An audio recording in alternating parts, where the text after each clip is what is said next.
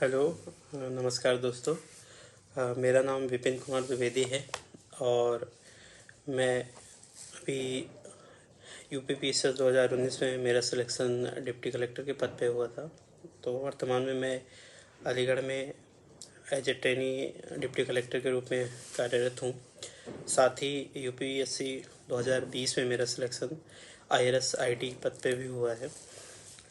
और मैं आज आप लोग के सामने यूपी पीसीएस का जो एग्ज़ाम है उससे रिलेटेड जो स्ट्रेटजी है वो शेयर करूँगा और क्या स्ट्रेटजी मेरी रही इस एग्ज़ाम के लिए, जिससे कि मुझे सफलता मिली थी 2019 के एग्ज़ाम में। यूपी पीसीएस में 2019 का जो एग्ज़ाम था वो मेरा थर्ड अटैम्प्ट था। यूपी पीसीएस में 2017 में मैंने पहला अटैम्प्ट दिया था, तब मैंने इंटरव्यू दिया था। सेकंड में मेरा प्रीलिम्स नहीं हुआ था, थर्ड में मेरा फाइनल सिलेक्शन हुआ था। 2020 में भी मेरा सिलेक्शन हुआ था, बट मैंने इंटरव्यू नहीं दिया था क्योंकि ऑलरेडी सिलेक्शन हो चुका था 19 में। तो मैं आज आप लोग के सामने इसकी स्ट्रेटजी शेयर करूंगा यूपी पीसीएस के लिए। देखिए, यूपी पीसीएस का जो एग्ज़ाम है वो आफ्टर 2018 लगभग वैसा ही हो गया है जैसे यूपी पीसीएस का था, यूपीएससी का था। पहले यूपी पीसीएस और यूपीएससी में काफ़ी डिफरेंस हुआ करता था, स्पेशली मेंस में तो बहुत डिफरेंस था। बट अभी मेंस पूरी तरीके से वैसे ही है जैसे यूपीएससी का है, बस थोड़ा बड़ा अंतर है, वो बहुत नहीं कह सकते, बट यूपीएससी ही जैसा प्रिपरेशन अभी ज़रूरत होती है यूपी पीसीएस के मेंस के लिए। अगर हम बात करें यूपी पीसीएस के प्रीलिम्स की, तो इसकी स्ट्रेटजी थोड़ी सी डिफरेंस होती है यूपीएससी से। सबसे पहले तो जो बेसिक्स हैं हमारे, चाहे वो पॉलिटी हो या फिर इकोनॉमी हो, हिस्ट्री हो, जोग्राफी हो, आर्ट एंड कल्चर हो, वो जो बेसिक बुक्स है उसी से करनी होती है। जैसे बेसिक बुक में बुक लिस्ट पे मैं नहीं जाऊंगा क्योंकि फिर वो लंबा टाइम लेगा, और बुक लिस्ट हर जगह पे है, चाहे वो यूट्यूब है या फिर गूगल है, हर जगह सब पे, यूट्यूब पे, गूगल पे, हर जगह बुक लिस्ट है। और बुक लिस्ट में भी देखें, जैसे पॉलिटी के लिए लक्ष्मीकांत पढ़ी जाती है, हिस्ट्री के लिए स्पेक्ट्रम पढ़ा जाता है, एंशिएंट हिस्ट्री के लिए आर.एस. शर्मा की बुक पढ़ी जाती है, मॉडर्न हिस्ट्री के लिए सतीश चंद्रा की एनसीईआरटी आती पढ़ी जाती है। तो बुक्स की लिस्ट आप कहीं भी जाएंगे हर जगह है, और वही बुक सब पढ़ते हैं। तो हमें पहले तो बेसिक बुक से अपना जो बेसिक है उसको कंप्लीट करना है। आफ्टर दैट यूपी पीसीएस में कुछ फैक्चुअल इन्फॉर्मेशन ज़्यादा पूछी जाती है, खासकर प्रीलिम्स में। तो उसके लिए हमें करना ये है कि यूपी पीसीएस के एटलीस्ट लास्ट 10 ईयर के आपको पेपर देखने होंगे, प्रीवियस ईयर के जो उनके पेपर हैं पिछले 10 सालों को, उसको अच्छे से करना है। कोशिश करना है कि आपको सारे क्वेश्चन उसके तैयार करने हैं, क्योंकि वो बहुत रिपीट करते हैं क्वेश्चन को, कि वे कभी प्रीवियस ईयर के क्वेश्चन का वो ऑप्शन बना देंगे, ऑप्शन को क्वेश्चन बना देंगे। तो मतलब हमें एक बार पूरे तरीके से जो लास्ट 10 ईयर के पेपर हैं उनको अच्छे से करना होगा।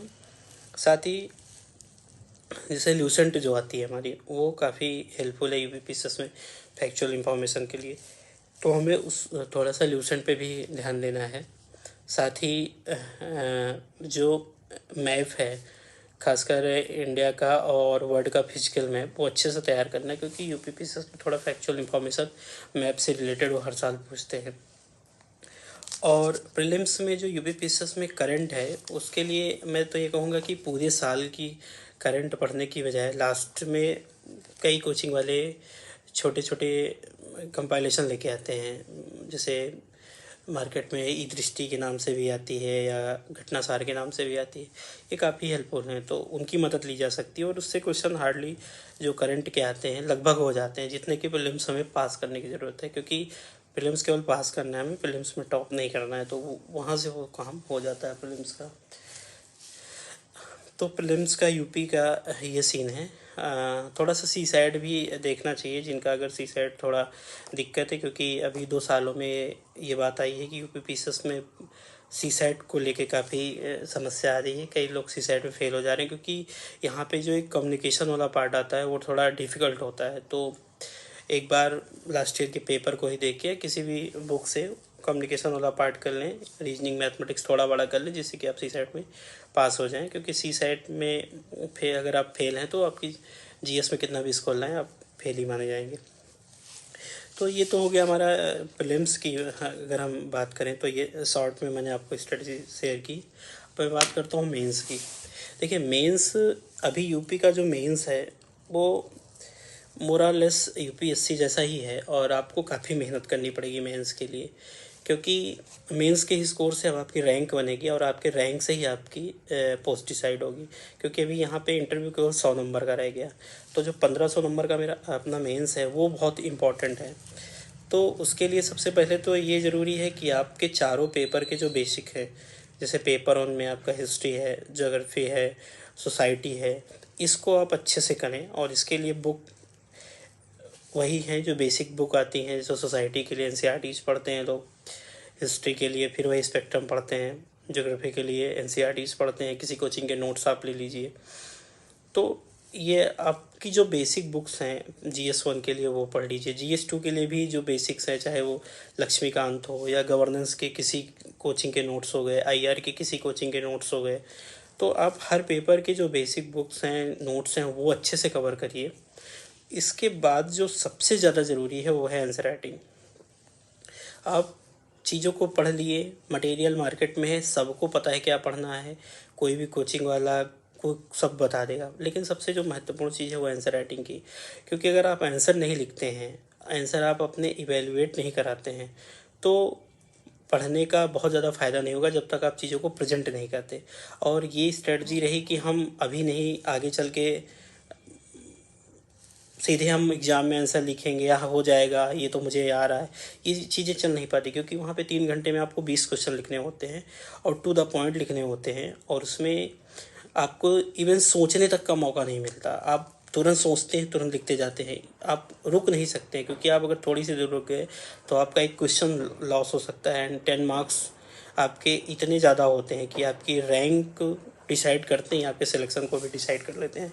तो आंसर राइटिंग इज़ मस्ट। आप किसी भी कोचिंग में आप कोचिंग टेस्ट सीरीज ज्वाइन कर लीजिए, वहाँ के आंसर लिखिए, अपने आंसर को लगातार चेक कराते रहिए, और वहाँ से जो फीडबैक है उसका यूज़ करते रहिए, और उससे अपने आप को लगातार इम्प्रूव करते रहिए। मेरी स्ट्रेटजी ये रही मेंस के लिए, जो कोर स्ट्रेटजी थी कि मैं विजन आईएएस के लास्ट 4 ईयर के क्वेश्चन पेपर, उनके जो मेंस के टेस्ट सीरीज होते हैं उनको मैं मार्केट से लाया था।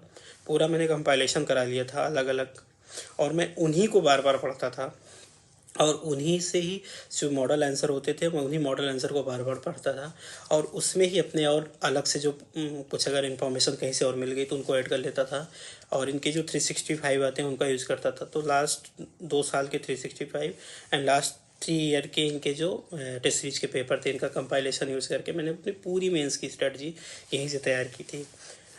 तो आप आंसर राइटिंग टेस्ट सीरीज और ये जो पेपर वाला है ये चीज़ करिए। साथ ही मेरा सजेशन ये है कि जब आप आंसर लिखिए तो आप इंट्रोडक्शन और अपने कंक्लूजन को काफ़ी अट्रैक्टिव बनाइए, क्योंकि ये 2 महत्वपूर्ण होते हैं आपके आंसर को की क्वालिटी को निर्धारित करने में। आप अगर इंट्रोडक्शन में ही काफ़ी अच्छी इन्फॉर्मेशन दे देते हैं तो इससे एग्जामिनर को लगता है कि हाँ, आपकी उस क्वेश्चन को समझा है, और एक्चुअल में आपने उस क्रक्स को समझा है जो आपको लिखना है। आप फालतू की बातें नहीं लिख रहे हैं, क्योंकि टू द पॉइंट लिखना है। 200 वर्ड, 250 वर्ड, 150 वर्ड में आपको आंसर लिखने होते हैं।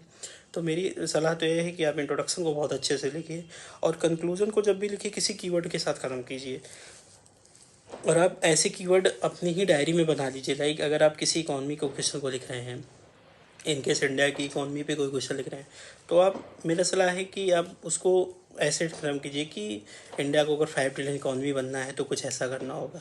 आप एग्रीकल्चर पे कोई क्वेश्चन लिख रहे हैं तो आप ऐसे लिखिए कि फार्मर्स की इनकम को डबल करने के लिए ये किया जा सकता है। आप सिक्योरिटी पे लिख रहे हैं तो आप लिख सकते हैं कि न्यू इंडिया बनने के लिए ये किया जा सकता है। आप अगर लोकल गवर्नेंस पे क्वेश्चन लिख रहे हैं तो आप लिख सकते हैं कि जो हमारा लोकतांत्रिक विकेंद्रीकरण की जो अवधारणा थी उसको अगर हमको एक्चुअल में इम्प्लीमेंट करना है तो हमें ये करना चाहिए।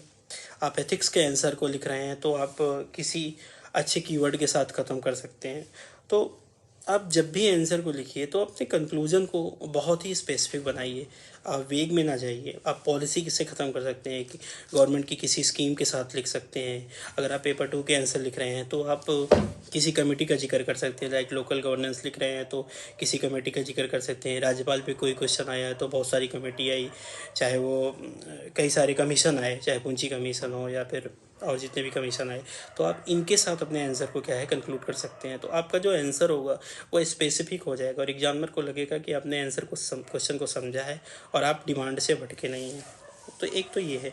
दूसरी बात ये है कि अभी अपने आंसर को आप, मेरी सलाह है कि टू द पॉइंट लिखिए, पॉइंट फॉर्म में लिखिए, पैरा फॉर्म में कम से कम लिखिए। ऐसा कोई यूनिवर्सल रूल नहीं है कि आप ऐसा लिखिए, बट मेरी सलाह है कि आप पॉइंट फॉर्म में लिखिए और कोशिश करिए कि आप अपने क्वेश्चन में flow chart, maps, diagram, data, इन सब का यूज ज़्यादा से ज़्यादा करिए। जैसे आप अगर पेपर 1 का कोई क्वेश्चन लिख रहे हैं, खासकर हिस्ट्री, ज्योग्राफी, तो आप मैप बनाइए। ज्योग्राफी के तो क्वेश्चन में आपको मैप बनाना है, हिस्ट्री के क्वेश्चन में भी आप मैप बनाइए, मेरी सलाह है। मैं GS1 में हमेशा मैप बनाता हूँ। आप कल्चर का कोई क्वेश्चन लिख रहे हैं तो आप उसमें मैप बनाइए। जैसे एग्जांपल इंडिया में अगर उन्होंने पूछा है कि टेम्पल आर्किटेक्चर की बात कर रहे हैं, तो आप इंडिया का मैप बना के दिखा सकते हैं कि कहाँ कहाँ नागरा शैली, कहाँ कहाँ मिश्रा, कहाँ कहाँ द्रविड़ियन। तो एक दो जो फेमस टेम्पल हैं आपके, चाहे वो खजुराहो है या फिर कैलाशनाथ है, तो आप दिखा सकते हैं कि यहाँ पे है। तो उससे क्या होता है ना कि थोड़ा सा एक क्वेश्चन आंसर हमारा अट्रैक्टिव भी बन जाता है और एग्जामिनर को लगता है कि आपको काफ़ी चीज़ें डिटेल में पता है। तो एक तो ये है। अब केवल मैप तक बात नहीं, अब आप जब आप पेपर 3 लिख रहे हैं तो आप इकोनॉमी पे काफ़ी फ्लो चार्ट बना सकते हैं कि अगर इंडिया में इन्वेस्टमेंट आता है तो कैसे एम्प्लॉयमेंट जनरेट होगा, एम्प्लॉयमेंट आएगा तो कैसे इनकम बढ़ेगी, इनकम बढ़ेगी तो कैसे फूड सिक्योरिटी। तो आप ऐसे करके चीज़ों को लिंक करते जाएंगे तो एक फ्लो चार्ट बन जाएगा। ऐसे करके आप फ्लो चार्ट बना सकते हैं। और मेरी सलाह तो ये है कि आप हर पेपर में कोशिश करिए कि हर टॉपिक पे अपने कुछ flow chart, fact, data, committee, keyword खुद तैयार करिए। अपनी एक डायरी बना लीजिए और वो पेपर वाइज उसमें कुछ चीज़ें आप पहले से ही रख लीजिए और जब उन्हीं को बार बार रिवाइज करिए। तो इससे ये होगा कि जब आप एग्ज़ाम में जाएंगे तो आपको एट द पॉइंट चीज़ें नहीं सोचनी होंगी, आप सीधे टू द पॉइंट वहीं पे सोचिए, आपको याद आएगा, क्लिक कर जाएगा, आप लिख देंगे। अदरवाइज आप डेटा, फैक्ट और मैप सोचने लगेंगे तो टाइम जाएगा। इन लास्ट में मैं ऐसे की बात कर लेता हूँ, खासकर यूपी में 3 ऐसे आते हैं लिखने को। तो मेरी आपको सलाह ये है कि आप जो ऐसे इशू बेस्ड हों उनको लिखिए, क्योंकि मैंने खुद नोटिस किया है कि इशू बेस्ड पे मार्क्स ज़्यादा आते हैं कंपैरिजन टू फिलोसफिकल ऐसे पे। तो आप इशू बेस्ड ऐसे पे अच्छे से अच्छी ज़्यादा से ज़्यादा डेटा डालिए, वहाँ भी फैक्ट का यूज़ करिए और कुछ अपने कोटेशन याद कर लीजिए, उन कोटेशन का यूज़ करते हुए अपने ऐसे को लिखिए। तो ये मेरी जो स्ट्रेटजी रही मेंस के लिए वो मैंने आपको शेयर किया। अब अभी चूँकि इस वीडियो को बहुत लंबा नहीं करना है तो मैं आगे और डिटेल स्ट्रेटजी के साथ आपके सामने आऊँगा और आपको मैं बताऊँगा कि आप मेंस में और क्या क्या चीज़ें कर सकते हैं जिससे आपके मार्क्स अच्छे आएँ। ठीक है, फिर अब मिलते हैं नेक्स्ट वीडियो में। धन्यवाद।